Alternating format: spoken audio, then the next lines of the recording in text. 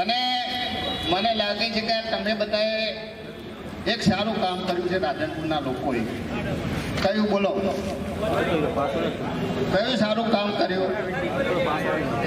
બોલવા વાળા ધારાસભ્યને કાઢી અને નાચવા વાળા ધારાસભ્ય લાવ્યા. સાચી વાત કે ખોટી વાત? હવે તમારે ફરીથી બોલવા વાળાને રાખવાના છે કે નાચવા વાળાને રાખવાના છે? તમારા પ્રશ્નો વિધાનસભાની અંદર, સરકારની અંદર રજૂ કરી શકે એવા મજબૂત લડાયક બોલવાવાળા ધારાસભ્યની જરૂર છે કે જે તે વરઘોડામાં નાચી અને તમને રાજી કરે એવા ધારાસભ્યની જરૂર છે? બોલો બોલો. નાચવા વાળાની જરૂર છે કે બોલવા વાળાની?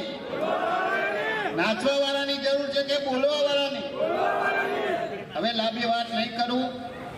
જિગ્નેશભાઈ અને અમિતભાઈ બધા કહેવાના છે, પણ ફરીથી જ્યારે ચૂંટણીઓ આવે ત્યારે તમારા પ્રશ્નો વિધાનસભાની અંદર રજૂ થાય. આ વિસ્તારના ખેડૂતોના પ્રશ્નો હોય, આ વિસ્તારના નગરપાલિકાના પ્રશ્નો હોય. જે રીતે છેલ્લા ઘણા સમયથી નગરપાલિકાનો વહીવટ ખાડે ગયો છે, લોકોને પીવાનું પાણી મળતું નથી, ગટરો વારંવાર ઉભરાય છે, વેપારીઓ પરેશાન છે.